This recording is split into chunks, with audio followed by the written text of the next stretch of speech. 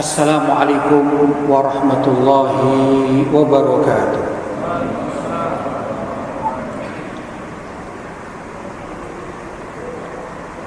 Alhamdulillah, wassalatu wassalamu ala rasulillah Sayyidina Muhammad ibn Abdullah wa ala alihi wa sahbihi wa man wala, wa la hawla wa la quwwata illa billah. Amma ba'd.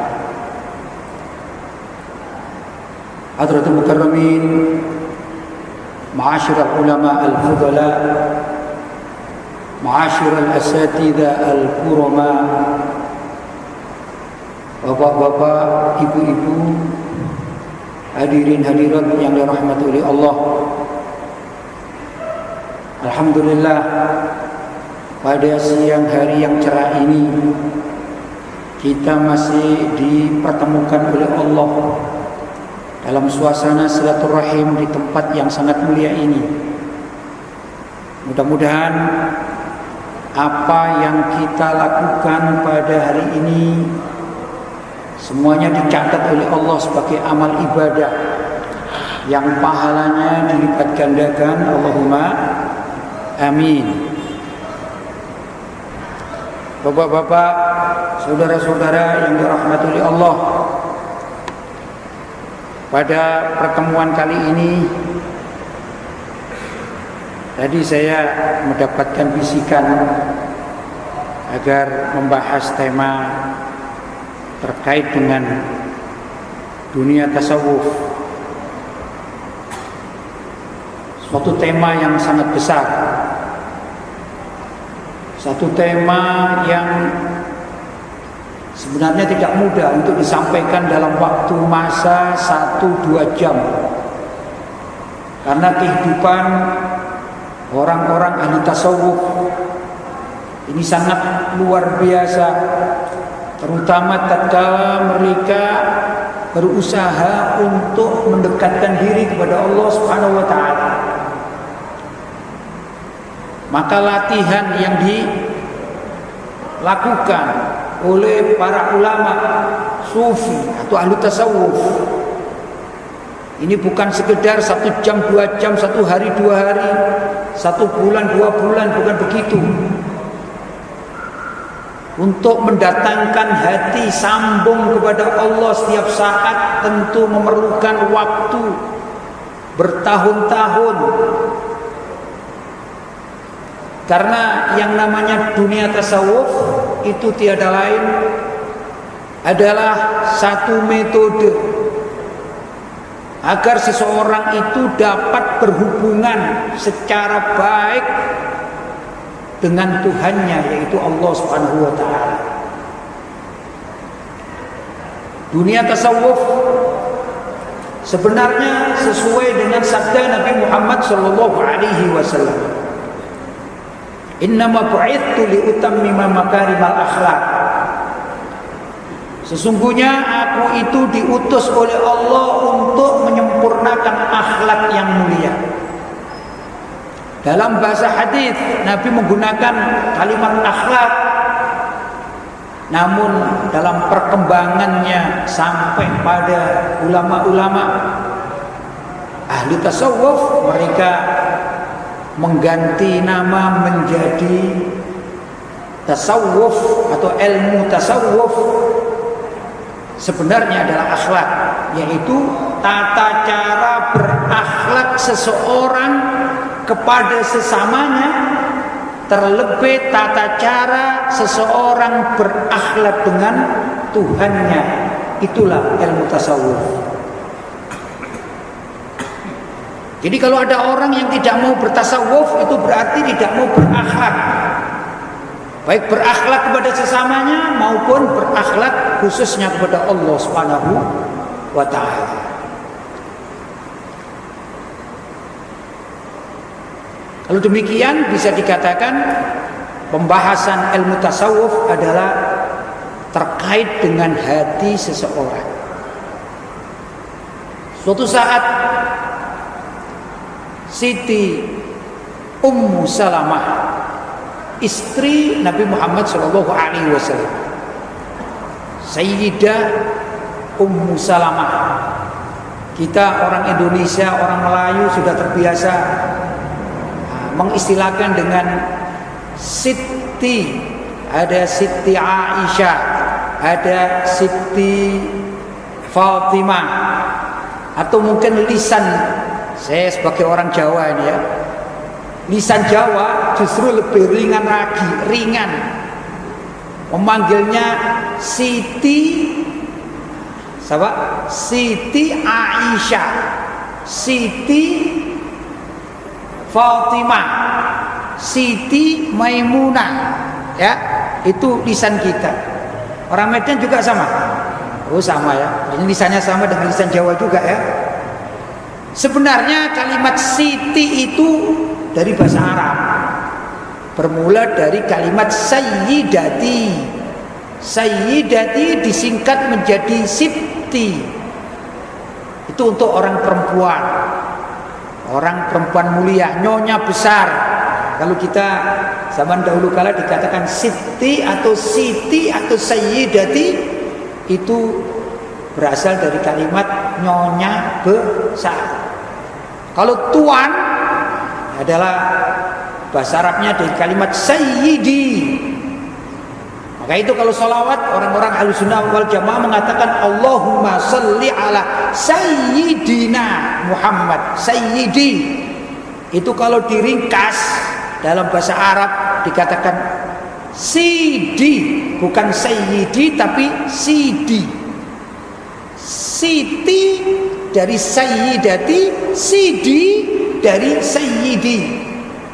Halo. Siti dari kalimat Siti dari kalimat Sayyidati artinya nyonya besar. Kalau Sidi dari kalimat Sayyidi artinya adalah tuan besar yang mulia.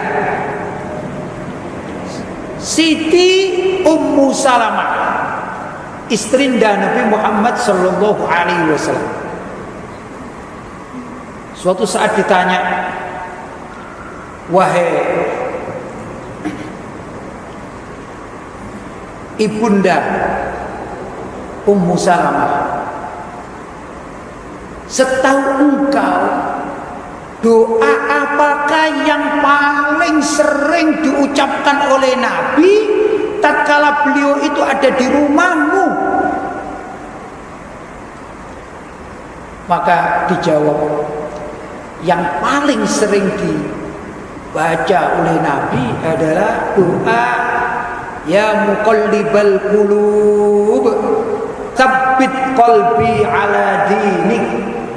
Wahai zat, yaitu Allah SWT yang membolak-balikkan hati, tetapkanlah hatiku di atas agamamu, yaitu Islam.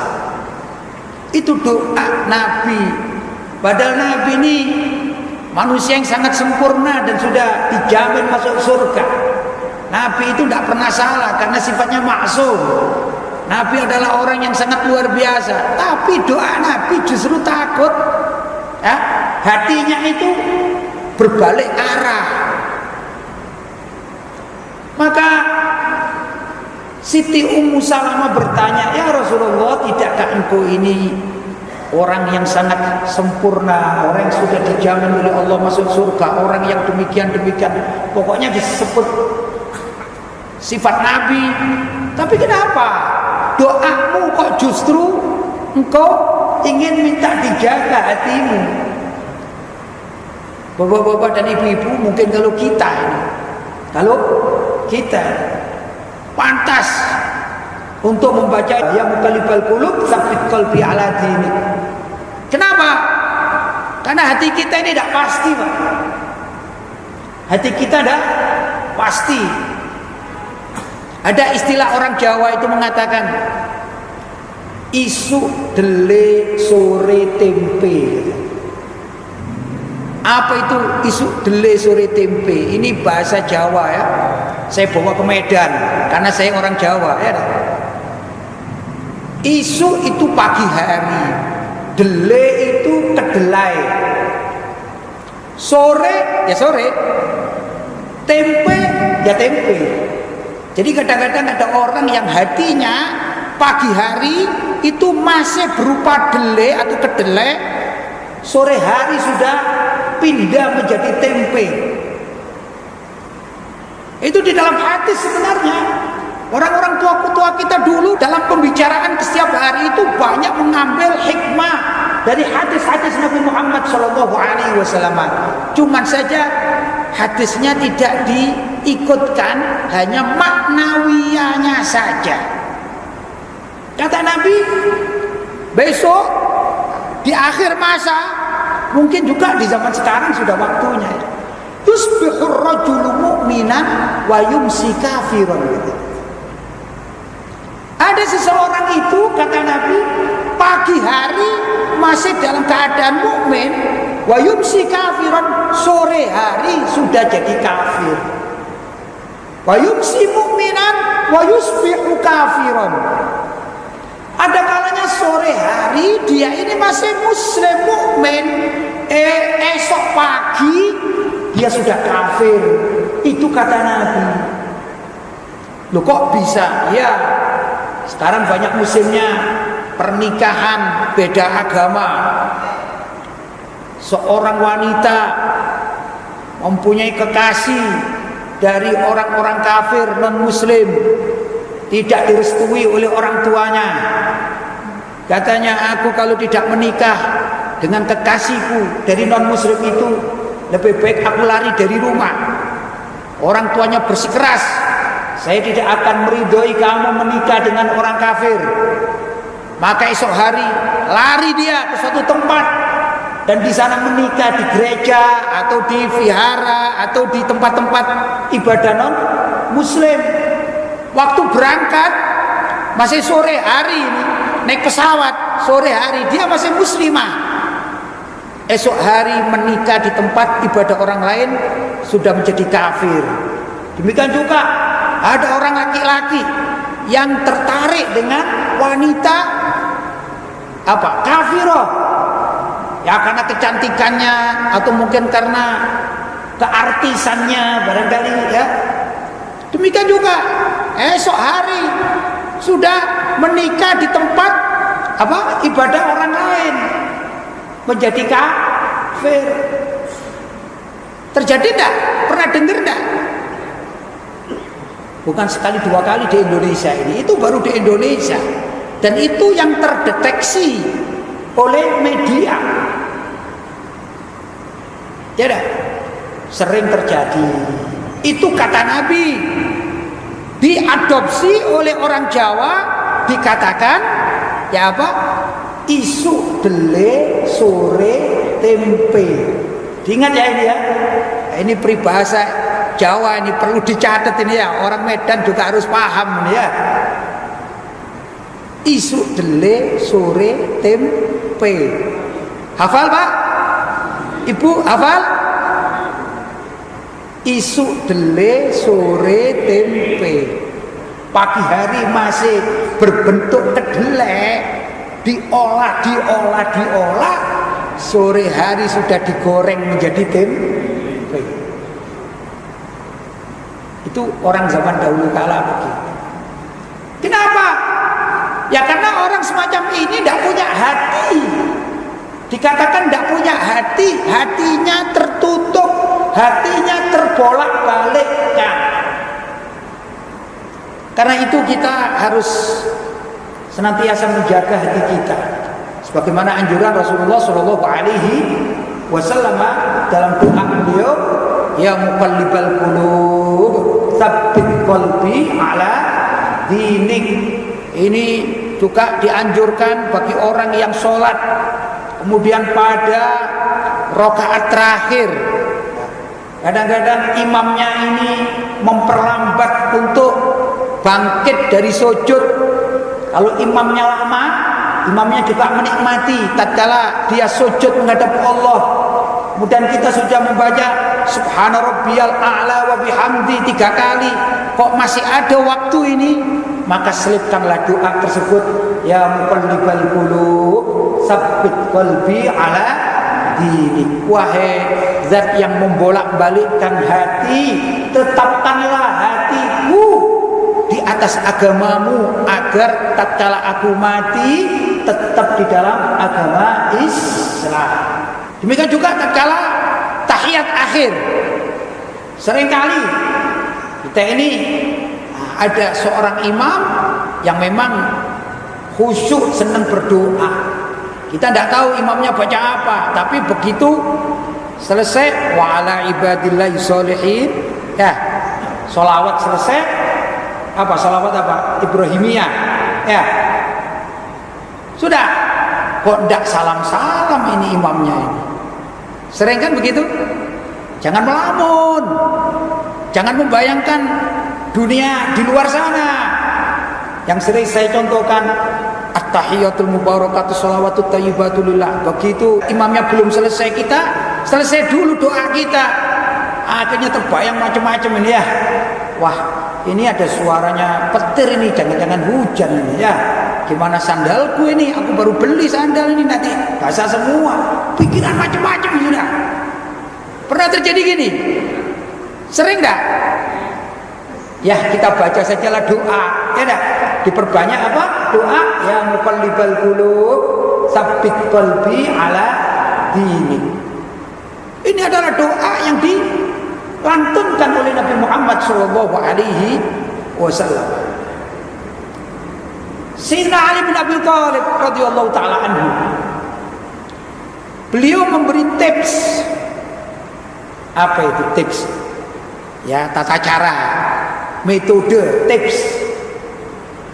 Kata beliau, carilah hatimu pada 3 tempat. Carilah hatimu pada 3 tempat. Pertama, tatkala engkau membaca atau mendengarkan Al-Quran.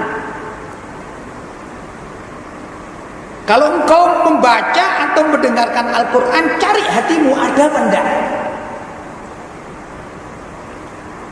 Maksudnya gimana? Ada kalanya orang itu membaca Al-Quran, hatinya tidak hadir. Hatinya tidak hadir. Ya dihafal. Misalnya ada acara di kampung ini yasinan misalnya. Dia baca yasin, dia hafal. Cuman otaknya kemana-mana, hatinya di mana-mana ini. Bismillahirrahmanirrahim. Misalnya ini ya, misalnya saya contohkan ini ya. Saya sedang haus. Diajak baca yasin bersama-sama. Mudahnya begitu. Bismillahirrahmanirrahim. Yasin wal Qur'anil Hakim. Saya lihat ini. Innaka laminal mursalin ala siratim mustaqim tanzilal azizir rahim. Minum. Itu hatinya di mana itu? Hatinya di atas air minum. Betul? Atau terkala ada orang membaca Al-Quran, yang baca Al-Quran suaranya enak, kori-kori kita ini luar biasa, tapi hati kita di mana-mana. Teman-teman kita mendengarkan, misalnya ini ya, mohon maaf saya bukan kori, suara saya tidak enak ya, mohon maaf ini misalnya, yang kawan-kawan yang lain hadir hatinya, Bismillahirrahmanirrahim, semua mengatakan Allah, dinikmati. Yang dia enggak, apa itu dikerjakan, yang ini, yang kokur-kokur, yang begini, hatinya di mana? Hatinya di mana? Ada orang mengaji tafsir atau mengaji ayat-ayat Al-Quran, diterangkan, yang lain mendengarkan, hatinya hadir, yang satu ini enggak. Wah, buka handphone, WhatsAppan, kamu di mana dek? Oh, nanti tunggu aku ya di depan mall ini dan itu. Enggak hadir hatinya. Kata Sayyidina Ali bin Abi Thalib, carilah hatimu pada saat engkau membaca atau mendengarkan Al-Quran atau mengkaji Al-Quran. Kalau hatimu ada di situ, berarti hatimu masih baik, dan dijaga oleh Allah Subhanahu wa taala. Itu yang pertama. Yang kedua, kata Sayyidina Ali bin Abi Thalib, carilah hatimu di majelis-majelis zikir, majelis-majelis ilmu. Cari. Kalau engkau masih menemukan hatimu ada di situ, engkau cinta majelis taklim, engkau cinta majelis zikir, tatkala engkau hadir dalam majelis zikir, majelis taklim, hatimu menyertai dirimu, tidak kemana-mana, maka sesungguhnya hatimu masih aman, masih dilindungi oleh Allah. Tapi kadang-kadang nggak begitu kita. Ya mohon maaf ini. Apalagi ini kan zamannya zaman tahun politik ya. Ada kadang-kadang kawan-kawan kita ini, masya Allah, dari caleg-caleg, masya Allah, ya dah. Kalau lagi pilgub, ya gubernurnya, calon gubernurnya, ya dah. Atau pilbub, ya calon bupatinya, cabubnya. Kalau pilpres, ya calon presidennya. Datang ke majelis taklim, datang ke majelis zikir. Kalau sekarang cuma mau selfie saja, nggak ada hatinya. Mohon maaf, mungkin di sini ada caleg, mungkin hatinya begini. Kapan aku diberi kesempatan untuk bicara? Hatinya tidak hadir sama majelis taklim. Hatinya menginginkan, ingin ditampilkan, betul enggak? Zamannya enggak sekarang. Bukan kita mengatakan setiap yang tampil pasti salah, enggak. Saya mengatakan carilah hatimu di majelis zikir, majelis ilmu. Temukan di situ apakah hatimu bersama Allah atau hatimu bersama jabatan. Kalau hatimu masih bersama Allah, mengikuti dengan seksama apa yang disampaikan dalam majelis zikir atau majelis ilmu, sesungguhnya hatimu masih dijaga oleh Allah Subhanahu wa taala. Berbahagialah.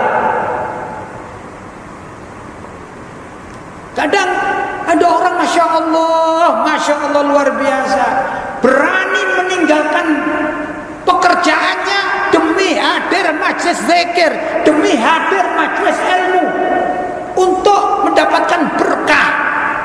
Padahal dia ini adalah pegawai kantor. Sampai ditegur sama direkturnya ini atau pimpinannya, kamu kemarin kemana? Waduh Pak, mohon maaf, kemarin ada kajian. Saya ini kalau sudah hadir kajian seneng, tapi kalau sudah di luar saya kerja ini tidak suka saya. Asal, tapi kalau sudah hadir majelis taklim, alhamdulillah hati saya ini bisa konsentrasi, pulang ke kantor saya bisa mengerjakan semuanya. Didahulukan majelis zikir, majelis ilmu. Itu berarti orang tersebut telah menemukan hatinya di majelis zikir atau majelis ilmu sesuai dengan apa yang dipesankan oleh Sayyidina Ali bin Abi Thalib radhiyallahu taala anhu. Berapa ini? Kedua ya. Kedua ya. Ya kan? Kata Sayyidina Ali berapa? Ada 3. Barusan kedua ya. Baik. Yang ketiga Bapak-bapak, kata Sayyidina Ali, mohon maaf ini hari yang terakhir ini saya di Medan, insya Allah besok pulang. Pengajiannya pagi, siang, sore, malam, pagi, siang. Jadi sudah agak berkurang suaranya ya. Yang ketiga kata Sayyidina Ali bin Abi Thalib, temukan atau cari hatimu dalam kesendirian. Ini paling berat. Temukan hatimu tatkala engkau sendiri dalam kesendirian. Ini paling berat. Bagaimana maksudnya? Yaitu tatkala kita sendirian, hendaklah yang diingat itu adalah Allah. Inilah tasawuf tingkat tinggi. Tatkala dalam kesendirian diingat adalah Allah, inilah tasawuf kelas tinggi. Dan situlah derajat Nabi Muhammad sallallahu alaihi wasallam. Tatkala beliau di Isra Mi'rajkan, beliau sendiri naik sendiri menghadap Allah Subhanahu wa taala sendiri. Tapi hatinya selalu bersama Allah Subhanahu wa taala. Innallaha ma'ana. Sesungguhnya Allah senantiasa menyertai kita. Kenapa? Bukan Allah digambarkan Allah sekarang bersama saya berarti Allah duduk di sini. Di mana saya lihat Allah di mana? Enggak.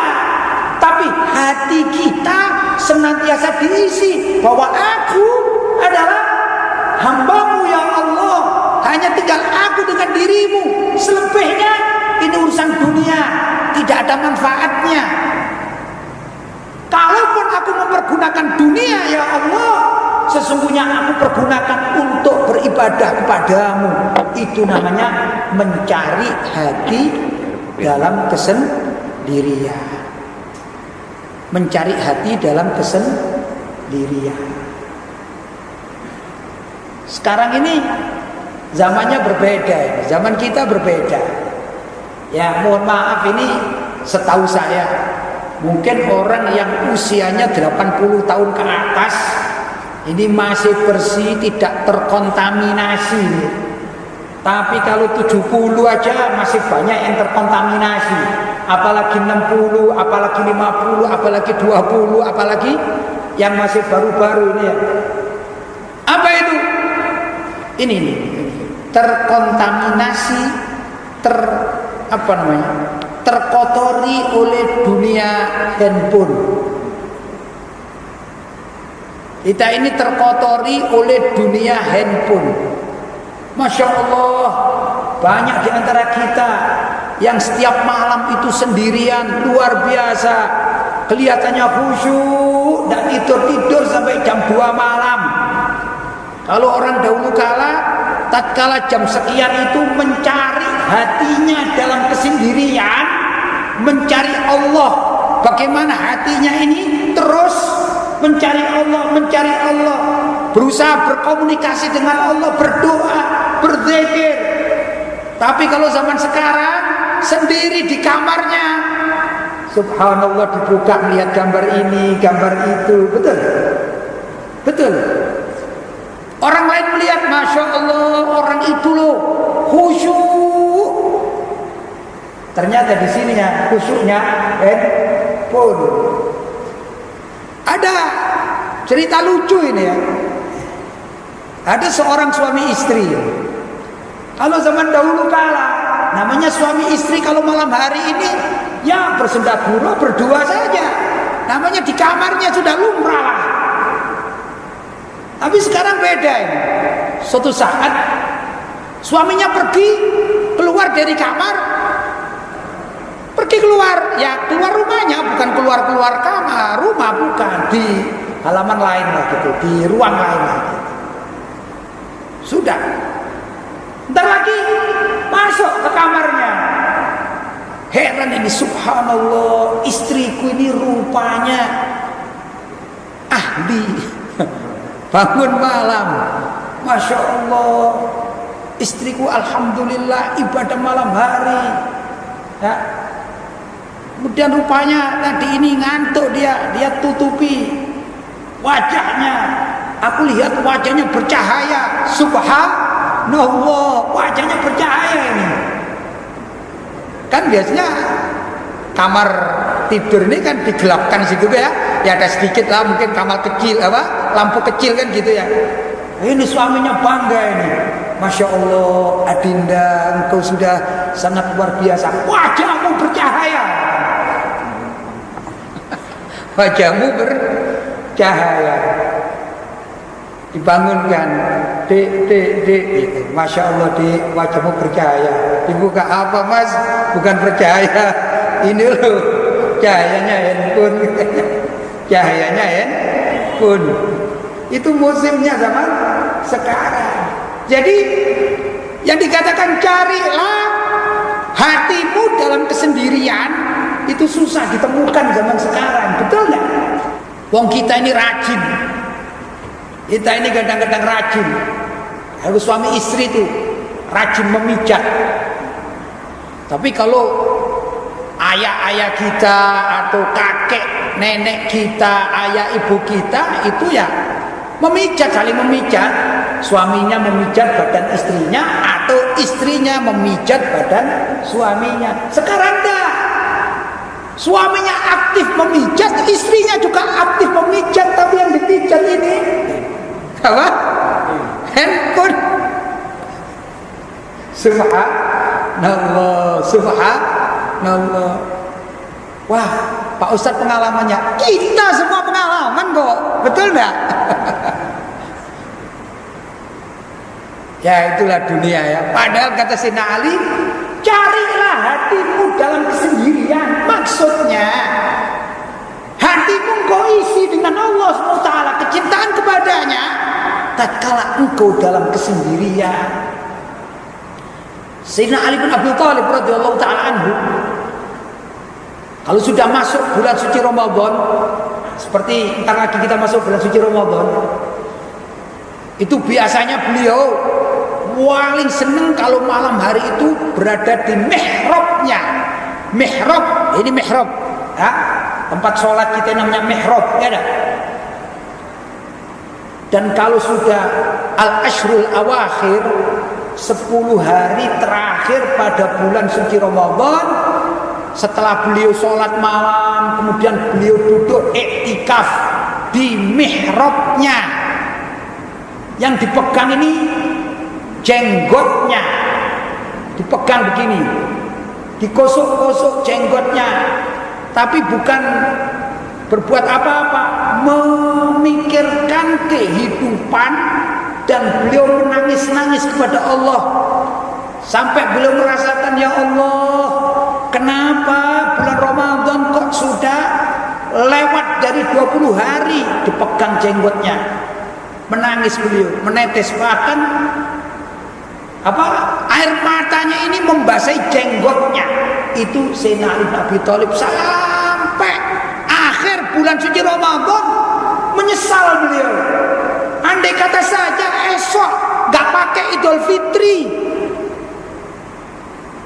aku ingin setiap saat ini Ramadan, karena beliau tahu fadilahnya bulan suci Ramadan. Kalau kita berbeda, ini masih Sya'ban, sudah hitung-hitung uang ini untuk rekreasi, nanti bersama keluarga ke rekreasi sana sini. Kalau sudah Idul Fitri, Ramadan belum masuk, sudah hitung-hitung rekreasi pada hari raya Idul Fitri. Jadi Sayyidina Ali bin Abi Thalib gimana biasanya? Kalau sudah hari akhir bulan suci Ramadan, beliau senantiasa pegang jenggotnya menghadap kiblat sendirian untuk mengingat-ingat apa yang telah dilakukan, salah atau tidak salah, kurang atau tidak kurang dalam ibadahnya. Beliau merindukan untuk senantiasa beribadah, berharap agar seluruh waktu-waktunya itu Ramadan. Itu Sayyidina Ali bin Abi Thalib radhiyallahu taala. Saya tanya, ini berarti Sayyidina Ali berjenggot apa enggak? Masa Sayyidina Ali berjenggot, malah dikatakan goblok lu nanti. Naudzubillah min dzalik. Berjenggot enggak Sayyidina Ali? Saya katakan Sayyidina Ali pandai enggak? Nabi Muhammad mengakui kepandaian Sayyidina Ali bin Abi Thalib. Kata Nabi, ibaratnya kata Nabi, ana madinatul ilm wa ali babuha. Ibarat aku kotanya ilmu dan Sayyidina Ali adalah pintu menuju kota tersebut. Kalau ingin belajar ilmu yang mendalam tentang ilmu yang aku sampaikan, jangan tinggalkan belajar ilmu kepada Sayyidina Ali yang berjenggot itu. Subhanallah, pandai Sayyidina Ali. Jadi kalau ada orang mengatakan jenggot semakin panjang semakin goblok, ini tidak pernah belajar sejarah, tak pernah mengenal Sayyidina Ali dan para sahabat radhiyallahu ta'ala anhum ajma'in. Selanjutnya mencari hati di mana jadi kesendirian. Ya karena sekarang masih kita dalam masa memperingati juga Isra dan Mi'raj. Bolehlah saya menukil satu riwayat dalam kehidupan dunia kita ini. Tatkala Nabi di Isra dan Mi'rajkan, secara ringkas Nabi itu disentop dalam perjalanannya oleh seorang nenek yang tua. Di stop. Ya Muhammad, unzurni. Hei Muhammad, lihatlah aku. Ukallimuka, aku akan bicara denganmu. Di stop. Subhanallah. Nenek yang nyetop itu ternyata dia bergincau tebal, lipstick. Sudah keriput nenek-nenek. Ya, mungkin seperti mak lampir lah. Bergincau tebal, menggunakan pakaian yang glamor, mewah, kerlap-kerlip. Padahal tua keriput, tapi dia pakai bedak yang tebal. Untuk apa? Untuk pencitraan, agar dianggap masih muda, masih energik. Padahal sudah tua. Subhanallah, Nabi kita tidak mau turun, tidak mau nengok Nabi Muhammad ini.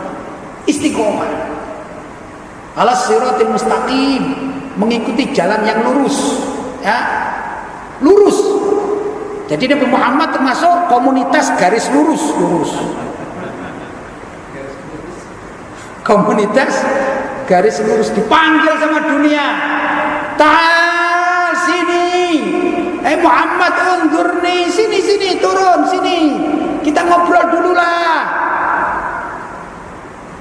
Kalau di Medan katanya anak muda-muda, ayo sinilah ngopi dulu lah. Nabi Muhammad tidak menghiraukan. Istiqomah, Nabi Muhammad istiqomah. Setelah tidak terdengar suara panggilan itu, baru bertanya Nabi Muhammad SAW kepada malaikat Jibril. Ya Jibril, wa man tilka ya Jibril? Siapa itu wanita yang memanggil-manggil aku itu, hai Jibril? Dijawab, tilkat dunya, itulah gambaran dunia. Sesungguhnya ya Rasulullah, andai kata engkau tadi turun, engkau duduk dan kau bincang-bincang dengan wanita tadi, engkau diajak ngopi, ikut ngopi, maka umatmu kelak akan lebih mementingkan kehidupan dunia daripada tujuan semula, yaitu akhirat. Padahal kita ini besok sebenarnya kalau meninggal dunia pinginnya pulang kampung. Kemana kampung kita? Di surga. Bapak kita Nabi Adam ini diciptakan dalam kutip lahir di surga. Semestinya kita ingin pulang kampung. Begitu mati pulang kampung ke surga. Di dunia ini kan cuma sementara. Maka dikatakan oleh malaikat Jibril, andai kata engkau tadi turun, hai Muhammad, tentu umatmu akan tergoda kehidupan dunia. Coba kita pikirkan, wong Nabi kita ini tidak turun, tapi bagaimana umatnya tergoda tidak kehidupan dunia? Subhanallah, ada pengajian luar biasa ini, masya Allah, bapak-bapak, ibu-ibu masih hadir di sini. Alhamdulillah, ini berarti bapak-bapak masih mencintai akhirat. Saya tanya, saudara-saudara kita yang beriman, Muslim. Saya tidak bicara orang kafir, tidak. Saya bicara dalam dunia Islam. Kira-kira yang tidak hadir dan mereka asyik dengan dunianya, mana lebih banyak? Yang hadir menginginkan kehidupan akhirat atau yang lupa akhirat karena dunianya? Mana yang lebih banyak?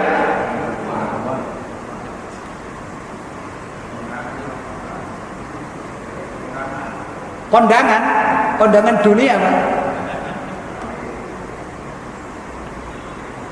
Ya, kenyataannya begitu, Pak. Kenyataannya begitu. Kalau ada pengajian luar biasa, hadirilah pengajian, zikir, mengingat Allah SWT di masjid apa ini? Aceh sepakat, masjid Aceh sepakat. Subhanallah, ternyata di jam yang sama, saya nggak tahu ada lapangan mana ini yang besar, di alun-alun atau di lapangan itu, konser dangdut. Rame mana kira-kira, Pak?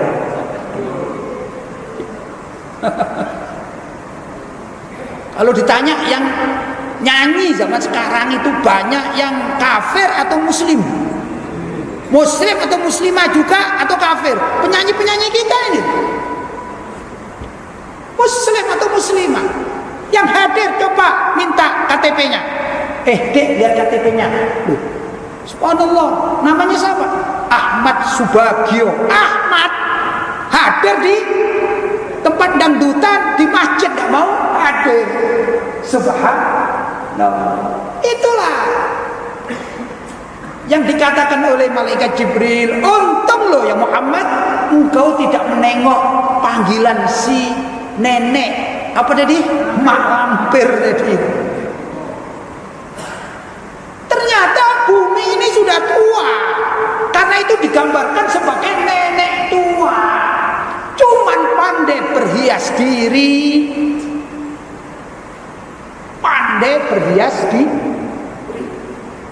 pakai gincau tebal.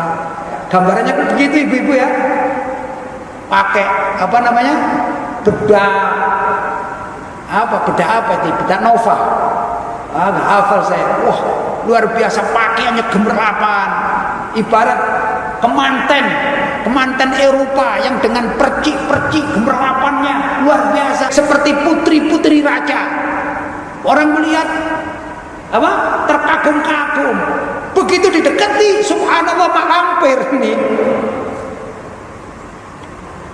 Itu pun masih tergoda, banyak orang tergoda. Karena itu Imam Syafi'i radhiyallahu ta'ala mensifati tentang dunia di zaman sekarang, Pak. Itu di zamannya Imam Syafi'i.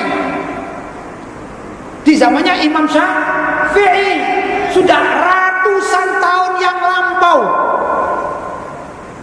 Imam Suyuti aja kurang lebih hidup sekitar 500 tahun terdahulu, yaitu 5 abad. Kalau Imam Syafi'i mungkin bisa dikatakan 8-9 abad terdahulu. Itu Imam Syafi'i mengatakan tentang kehidupan dunia di masa itu, bukan di masa sekarang. Kata beliau, wa ma hiya illa jifatun mustahilatun 'alaiha kilabun hammuhun najtidabuha. Ketahuilah bahwasanya dia atau dunia itu, wa ma hiya, tidaklah dunia itu, bumi dunia kehidupannya, illa jifatun mustahilatun, ibarat bangkai-bangkai yang sudah bau busuk. Alaiha kilabun, yang di atas bangkai itu banyak anjing-anjing. Hammuhunna, yang ambisi anjing-anjing itu istidabuha, untuk merebutnya. Kalau kita tahu sekawanan anjing yang masuk di tempat-tempat sampah, ya, apa yang mereka lakukan? Mereka mengorek tempat sampah, ya dah, mencari daging-daging atau tulang-tulang, kan begitu? Saling berebut. Kalau yang satu dapat, yang satu akan mengambilnya. Makanya ribut antar mereka. Betul? Itu zamannya Imam Syafi'i. Kata Imam Syafi'i, aku melihat dunia ini di zamanku ini sudah rusak, sudah bau seperti bangke, dan aku lihat orang-orang berebut kehidupan dunia ini bukan sekedar mengambil, tapi cakar-mencakar. Betul? Nyata ini. Dalam dunia bisnis ada yang cakar-mencakar antar sesama pembisnis. Ada bisnis yang besar seperti proyek, ada yang cakar-mencakar rebutan proyek. Bukan ada, banyak. Betul? Ada yang rakus, sudah dapat satu proyek, temennya pingin yang satu, diambil, dapat 2 proyek. Dia lobby kelas tinggi, sudah dapat 2, ada proyek lain, diambil lagi, Pak. Wah, saya mendapatkan rekom dari fulan bin fulan, diambil. Ada yang demikian? Sudah dapat, tidak tahu halal, tidak tahu haram. Siapa yang mau beli benderaku? Dia dapat, misalnya proyeknya 1 miliar, dia jual itu. Kalau mau pakai benderaku, beli dengan 1,5 miliar. Ada yang demikian? Banyak.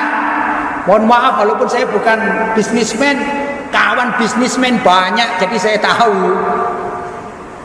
Itu dunia bisnis yang besar. Yang kecil seperti di pasar-pasar, ada enggak yang cakar-mencakar, Pak? Subhanallah, jualan warung kelontongan, jualan ya sekedarnya. Sebelahnya juga sama, cakar-mencakar. Sampai pergi ke dukun loh ini. Wah, itu kok laris, aku buka laris. Cari dukun. Betul? Betul. Itu dunia bisnis. Dunia rumah tangga. Dunia rumah tangga. Ada yang cakar-cakaran? Banyak. Mohon maaf ini kalau ada pemuda-pemuda yang belum menikah ini, mungkin juga ada ya. Rebutan pacar, Pak. Ada. Sampai ke dukun kadang-kadang. Cintaku kau tolak, dukun bertindak, katanya. Cinta kau tolak, dukun bertindak. Ternyata apa? Ternyata yang dicinta ini senang dengan orang lain. Kata orang sekarang, pacaran denganmu 15 tahun, kau menikah dengan orang lain. Dukun bertindak gitu. Cakar-mencakar kehidupan dunia ini. Subhanallah. Apalagi jabatan? Wah, ini jabatan. Lebih-lebih lagi jabatan, ya enggak? Cakar-mencakar enggak? Jegal-menjegal enggak? Biasanya yang jujur kalah biasanya, ya enggak? Yang tidak jujur selalu menang, menghalalkan segala cara, kan gitu. Mulai dari RT RW, kadang-kadang jegal menjegal, Pak. Betul. Pemilihan RT atau pemilihan organisasi di tingkat paling rendah. Sebutlah kalau anak-anak sekolah tingkat OSIS, itu juga masih ada jegal-jegalan loh, Pak. Betul. OSIS, organisasi siswa. Naik lagi, organisasi masyarakat.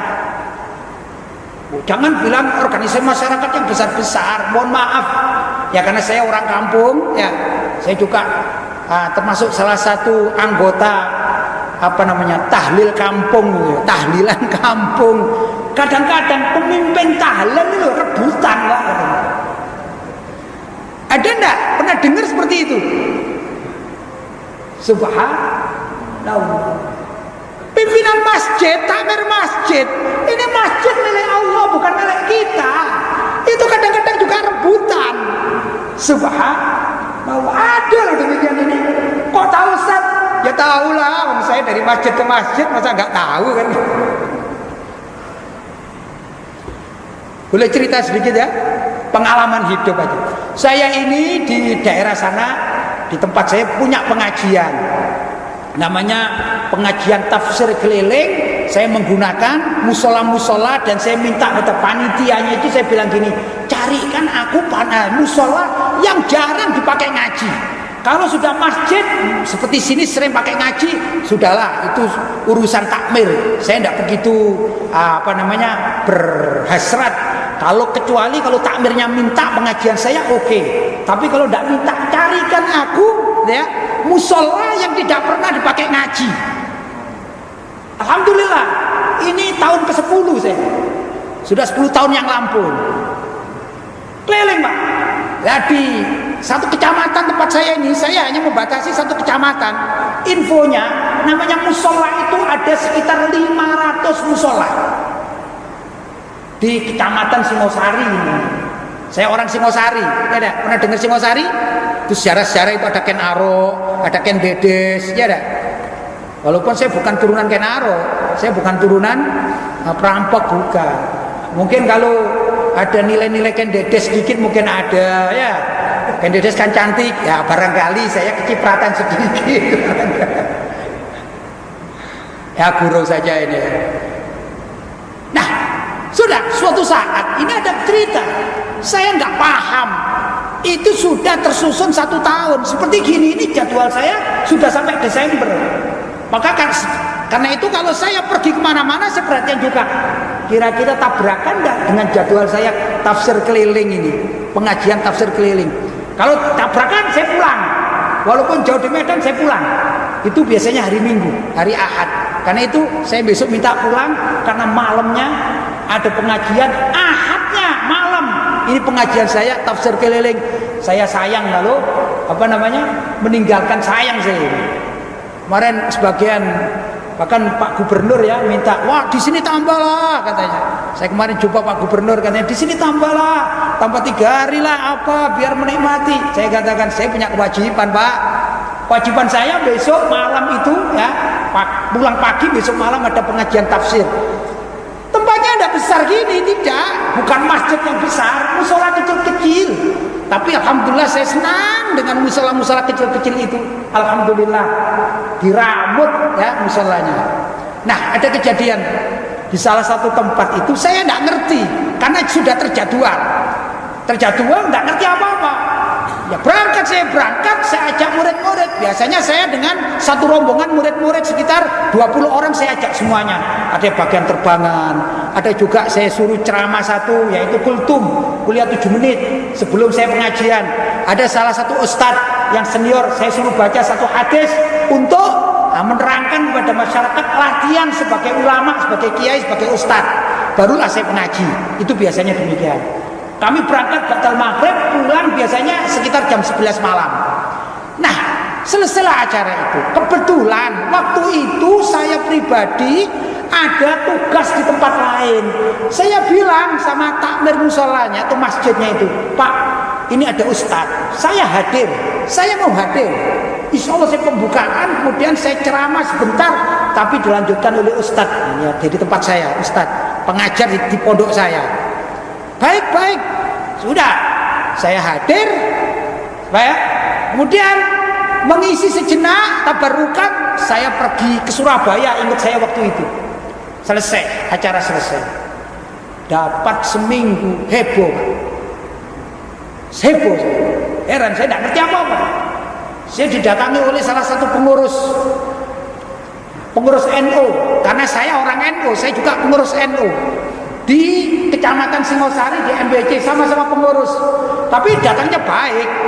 Cuman masalahnya begini, saya ditanya, Ustadz, kemarin kan antum yang meresmikan kepengurusan baru di musola itu ya, atau di masjid itu ya? Saya bilang enggak ada. Loh, kan pengajian antum itu. Iya saya ngaji. Betul, memang jadwal saya ini jadwal saya. Loh itu setelah itu kan ada pembaiatan pengurus. Enggak, itu enggak ada itu saya. Enggak. Iya kok sampean juga ikut makan. Loh iya, saya ini habis maghrib sampai isya sebentar, kemudian saya pamit dan saya diajak makan oleh tuan rumahnya, yaitu pengurusnya ini, ada. Terus habis itu saya pergi, saya suruh ada ustadz yang melanjutkan pengajian saya. Iya ustadz, itu ada pembaiatan atau pelantikan. Padahal itu sedang bermasalah rebutan kepengurusan. Saya astagfirullah, saya tidak tahu apa-apa. Itu kan jadwal saya. Misalnya ini ya, misalnya hari ini siang ini di sini sudah direncanakan akan ada perombakan pengurus. Nah saya kan tidak tahu, saya cuma datang ceramah kan gitu. Itulah kehidupan dunia.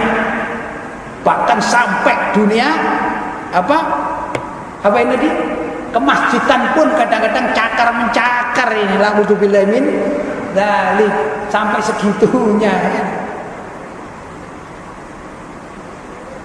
Bapak-bapak dan saudara-saudara yang dirahmati Allah SWT. Jadi intinya bagaimana tadi yang saya sampaikan? Kita boleh mencari kehidupan dunia, itu boleh lewat apapun boleh, asalkan tidak melawan syariat. Kedua, perlu diketahui hukum. Tentang masalah hukum itu ada dua. Ada hukum halal menurut versi hukum fikih syariat, ada hukum halal mengikuti kaidah ilmu tasawuf. Itu sedikit berbeda. Mestinya seseorang itu kalau ngurusi masjid jangan hanya masalah halal haram, cocokkan dengan dunia tasawuf, pantas atau tidak pantas. Jadi kalau kita bicara halal haram dalam dunia ini, tadi tanya Ustadz bekerja boleh enggak? Boleh bekerja. Kok tadi disindir? Iya, bekerja dari dunia yang halal boleh, tapi jangan hanyut. Itu masalah syariat, jangan hanyut. Karena masih ada lagi hukum tasawuf. Pantas enggak? Mulai pagi berangkat baca subuh, pulang jam 12 malam, cuma cari duit, pantas enggak? Enggak pantas. Coba ya, dunia ini, kehidupan dunia, orang yang sudah syar'i, sesuai dengan syariat, tapi kalau meninggalkan dunia tasawuf bisa rusak, dunia ini bisa rusak. Saya contohkan lebih mudah. Saya sekarang diminta untuk ceramah di tempat ini, berdiri atau duduk di tempat ini, sudah. Kebetulan ini, saya menggunakan imamah. Imamah ini bukan urusan halal dan haram. Saya menggunakan imamah karena mengikuti hukum tasawuf. Loh kenapa begitu? Iya, Nabi itu senang berimamah, maka rasa cinta kepada Nabi, saya berimamah. Itu kehidupan tasawuf. Tidak wajib, tapi disunnahkan. Itu namanya kehidupan tasawuf, ilmunya ilmu tasawuf. Kedua, saya menggunakan baju putih-putih, sarung putih, baju putih. Saya biasanya pakai jubah, cuman kalau siang ini sayangnya Medan panas, ya, jadi panas. Ya sudah, saya untuk malam aja sama subuh begitu. Begitu standarnya juga. Kalau malam sama subuh saya menggunakan top atau jubah, ya ada, komis atau jubah, begitulah kurang lebih. Kalau panas gini ya saya lepaslah, tapi saya tetap menggunakan putih-putih. Kenapa? Karena Sallallahu Alaihi Wasallam yuhibbul bayad, karena Nabi itu mencintai pakaian putih. Jadi saya mengambil sunnah seperti ini. Kehidupan namanya memperhatikan dunia tasawuf. Bukan berarti saya sudah bertasawuf, bukan. Mengaku paling tasawuf, bukan. Tapi seperti itulah pertimbangannya. Tapi kalau pertimbangannya cuma dunia fikih, maka boleh sebenarnya saya berceramah di sini hanya menggunakan sarung yang saya angkat sampai di atas lutut, asalkan pusar saya tertutupi. Karena kewajiban seorang laki-laki dalam menutup aurat itu antara pusar dengan lutut. Jadi ini saya lepas, baju saya lepas, kaos dalam saya lepas, saya ceramah di depan bapak-bapak. Kata bapak-bapak, kamu itu bener-bener akal sehat atau edan? Akal sehat atau gila kamu itu? Ceramah di depan masjid, di sekian banyak orang, kok kamu cuman pakaian pakai sarung saja? Karena saya belajar fikih, saya jawab. Siapa bilang saya ini sehat kok? Ini saya menggunakan ilmu fikih. Ayo coba buka kitabmu. Fikihnya bagaimana? Menutup aurat, apa yang wajib bagi laki-laki? Antara pusar dan lutut. Sudah ditutup enggak? Sudah Pak Ustadz.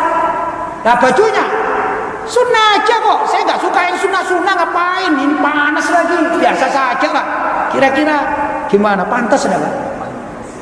Enggak pantas. Orang macam gini buang saja lah ke laut sana ya. Mestinya orang itu hidup di dunia pertimbangannya dua. Halal haram dipertimbangkan, halal haram dipertimbangkan, sunnah tasawuf juga diamalkan. Itu begitu. Gimana kalau pakai tasawuf saja tanpa syariat? Tasawuf saja tanpa syariat. Batasannya, saya pakai baju, pakai imamah, pakai topi, pakai imamah, pakai peci, pakai imamah, pakai baju apa putih, pakai sorban, pakai baju, tapi tidak pakai sarung, tidak pakai sarung, membuka aurat. Kira-kira kamu tuh gilanya kuadrat kamu tuh ya, telanjang maksudnya. Saya telanjang tapi pakai baju, pakai tuh. Kira-kira orang gila apa gimana ini? Karena tidak bisa menyesuaikan keadaan. Yang benar seseorang itu hidup di dunia, di samping mengamalkan syariatnya, bekerja itu syariat, tapi ibadah dengan cara yang baik, dengan cara yang benar, dengan cara yang khusyuk, itu ajaran tasawuf. Jadi apa? Syariat dengan tasawuf harus berdampingan. Tasawuf saja tanpa syariat salah. Syariat saja tanpa tasawuf juga salah. Karena itu ada kaidah mengatakan, man tafaqqah wa lam yatasawwaf faqad tafassaq. Wa man tasawwaf wa lam yatafaqqah faqad tazandaq. Wa man tafaqqah wa tasawwaf faqad tahaqqaq. Yang artinya, man tafaqqah, siapa orang yang mengamalkan fikih syariat, walam yatasawwaf, kok dia tidak mau tasawuf, faqad tafassaq, sesungguhnya dia ini adalah orang fasik, dosa besar, pelaku dosa besar.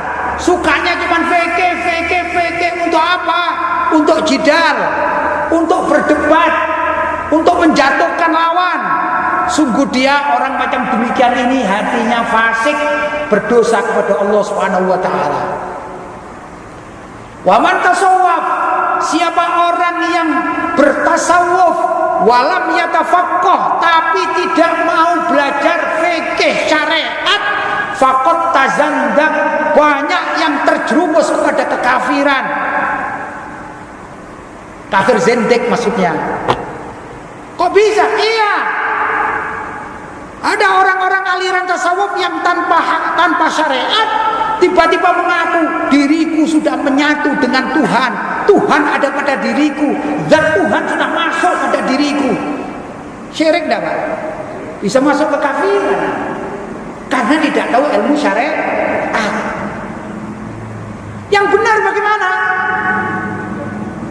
Man tafaqqah, siapa orang yang belajar fikih syariat, wa tasawwaf, dibarengi dengan belajar ilmu tasawuf, mengamalkan fikih seperti tadi itu, fikihnya sudah saya tutup, auratnya sudah ditutup, wa tasawwuf, kemudian atasannya ditutupi mengikuti sunnah Nabi, faqad tahaqqaq, sungguh dia telah benar di dalam amaliannya. Itu namanya ilmu hakikat. Jadi ada paduan, dipadukan antara ilmu dunia dengan ilmu akhirat. Kerja itu ilmu dunia, mengaji ilmu akhirat, dipadu. Menikah, qabiltu nikahaha, itu ilmu syariat, menghidupi rumah tangga yang islami, itu ilmu tasawuf, ilmu akhirat. Menikah, ya fulan, angkahtuka, zawwajtuka, jawabnya qabiltu nikaha, syariatnya sah. Sudah, suami istri bayar mahar, sah. Kemudian punya anak, mendidik anak dengan secara Islam yang baik, itu tujuannya untuk akhir. Begitu mestinya. Bekerja, nggak bukan uang banyak, 1 miliar, 2 miliar. Dilihat, saya dengan keluarga hanya perlu 200 juta. Ya, yang 1 miliar 800 saya sumbangkan untuk pembangunan masjid. Itu namanya mengerjakan syariat dengan tasawuf. Mestinya begitu. Kadang-kadang nggak begitu, orang ini salah. Ya tidak apa-apalah, aku hidup di dunia, mumpung aku jadi pejabat, aku mau korupsi sajalah. Korupsi, ngambil korupsi 2 miliar, korupsi 2 miliar, haram enggak? Dapat dunia haram. Aku membersihkan diri, aku mau zakat atau mau sedekah ke masjid 100 juta. Boleh Pak? Boleh. Itu namanya mencampur adukkan yang haram dengan yang halal. Itu tidak mengikuti syariat. Pingin tasawuf, syariatnya salah. Mencari uangnya dengan syariat yang salah, dia kepingin tasawuf, bangun masjid, ya salah. Kata para ulama, dikatakan idza ijtama'al halal wal haram ghulibal haram. Bila mana terjadi pencampuran antara yang halal dengan yang haram, ghulibal haram, maka dimenangkan hukum haram. Ini air putih halal, suci, bersih, ya. Sudah. Maaf misalnya ini dicampur, misalnya ini air kencing misalnya. Gini. Jadinya apa? Haram karena najis. Kalau berkumpul antara yang suci dengan yang najis, yang halal dengan yang haram, hukum yang dimenangkan adalah hukum haram. Ya. Kalau ini ada air putih, kemudian ada minyak BPK. BPK. Apa minyak BPK? Badan Pengawas Keuangan, gitu ya. Saya kemarin diajak sama Ustadz Najib itu perjalanan sampai ke Prapat ya, Prapat ya, sampai ke Danau Toba. Saya heran sekali. Pertama kali masuk Medan, mulai dari ujung saya lihat, masya Allah, luar biasa BPK sekarang ya, Badan Pengawas Keuangan, luar biasa. Sampai di kampung-kampung kecil itu banyak pengawas keuangan. Kayaknya di sini ini orangnya jujur-jujur, tidak berani korupsi karena ada Badan Pengawas Keuangan, BPK. Penasaran ya, Ustaz, saya mulai tadi kok lihat BPK itu apa itu? Oh, itu singkatan dari babi panggang karo. Astagfirullahaladzim. Itu bukan BPK yang di Jakarta, bukan.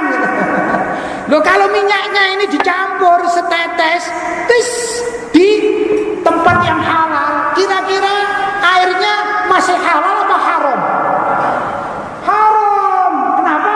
Karena yang bersih dicampur dengan yang haram, najis, jadinya haram. Yang halal